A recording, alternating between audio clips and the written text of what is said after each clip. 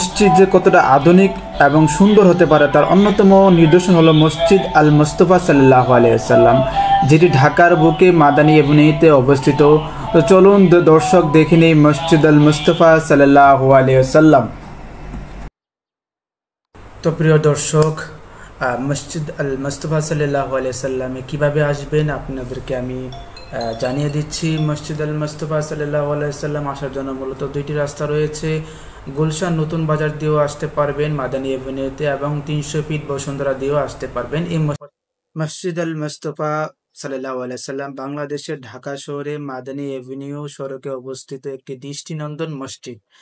দর্শক, আর দেরি কেন, আমরা মসজিদটি ঘুরি এবং আপনাদেরকে দেখাই। মসজিদে অসম্ভব সুন্দর, ঢুকতে আপনারা দেখতে পারতেছেন কত সুন্দর আল্লাহ এবং মুহাম্মদ সাল্লাল্লাহু আলাইহি ওয়াসাল্লামের নাম লেখা আছে। তো আমি বিসমিল্লাহির রহমানির রহিম বলে মসজিদে প্রবেশ করতেছি। আল্লাহুম্মা আফতাহলি আবওয়াব রাহমাতিকা।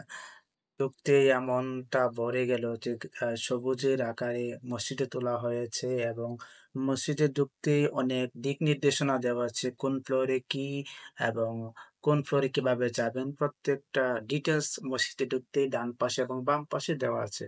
এবং মসজিদে ঢুকে আরেকটা বিষয় দেখে আমি খুবই অবাক হয়ে গেছি। আসরের নামাজের সময় আমি মসজিদে আসলাম, তখনই আপনার ইফতারি রেডি করে মুসল্লিদের জন্য এবং যারা ইফতার করতে আসবেন তাদের জন্য রেডি করে রাখা হয়েছে।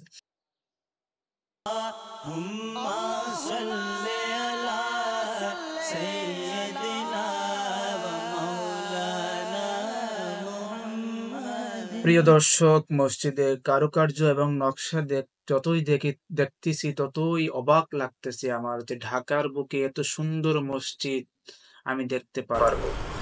শুধু তাই নয়, এই মসজিদে পুরুষ এবং নারী মিলিয়ে প্রায় একসাথে 11,000 মানুষ নামাজ আদায় করতে পারেন। দৃষ্টিনন্দন এই সৌন্দর্যের কারণে এটি এখন শুধু মসজিদ নয়, পর্যটনের কেন্দ্রবিন্দু হয়ে পড়েছে। এই মসজিদে প্রবেশ পথে ডান পাশে আপনারা 2টি লিফট দেখতে পারবেন। এই লিফটের মাধ্যমে মসজিদের উপরের ফ্লোরে ওঠানামা করার জন্য সুব্যবস্থা করা হয়েছে। প্রিয় দর্শক, এই মসজিদ দেখতে প্রত্যেক দিন হাজার হাজার মানুষ ভিড় করে। একটি সেন্ট্রাল এয়ার কন্ডিশনের মাধ্যমে শীতল রাখা হয় এই মসজিদটিকে। আকর্ষণীয় করে তোলা হয়েছে এই মসজিদের উজুখানা। তো প্রিয় দর্শক, আমরা উজুখানার দিকে আগাই এবং উজুখানাটা আপনাদেরকে দেখাই। তো দেখুন উজুখানায় কত রকমের আধুনিকতা এখানে ছোঁয়া রয়েছে। মসজিদের নিচতলায় পার্কিং এর ব্যবস্থা করা রয়েছে, যেখানে 105টি গাড়ি রাখা যায় একসাথে। জনশ্রুতি আছে যে মসজিদ আল মুস্তফা নির্মাণ খরচ প্রায় 300 কোটি টাকা খরচ হয়েছে এই মসজিদ। আসর নামাজের সময় হয়ে গেছে, আসর নামাজটা পড়ি, তারপরে কথা বলি।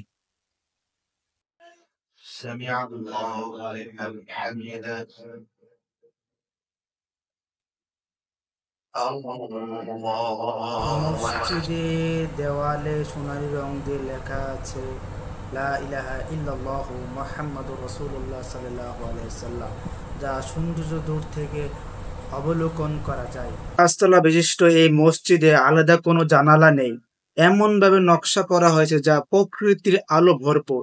দেশের অন্য কোনো মসজিদের প্রতিটি ফ্লোর থেকে ইমাম বা খতিবকে দেখা যায় না, কিন্তু এই মসজিদে ইমাম ও খতিবকে প্রত্যেকটি ফ্লোর থেকে দেখা যায়। একটি গম্বুজ রয়েছে যার রং সোনালী। গম্বুজের পাশে থাকা বিশাল উচ্চতায় মিনার কাজ করা এখনো শেষ হয়নি। তারপরও গম্বুজ মিনারটি মসজিদের সৌন্দর্য আরো বাড়িয়ে দিয়েছে। মসজিদের চারপাশে 4টি আরবের খেজুর গাছ লাগানো রয়েছে, দেখতে খুবই মনোমুগ্ধকর লাগতেছে। বিষয় হলো 4টি খেজুর গাছের মধ্যে একটিতে কোনো খেজুর এখনো ধরেনি। এবং আরো উত্তর পাশে রয়েছে চোখ জোড়ানো পানির ফোয়ারা, কিন্তু পানির ফোয়ারাতে এখনো পানি দেওয়া হয়নি। দর্শনার্থীরা বিমোহিত হয় এবং গঠন কাঠামো আরো চারপাশে সবুজ ঘেরা প্রকৃতির ছোঁয়া। রাতে যখন মসজিদের সব বাতি জ্বলে ওঠে তখন যেন তৈরি হয় বিমুগ্ধতার ছোঁয়া।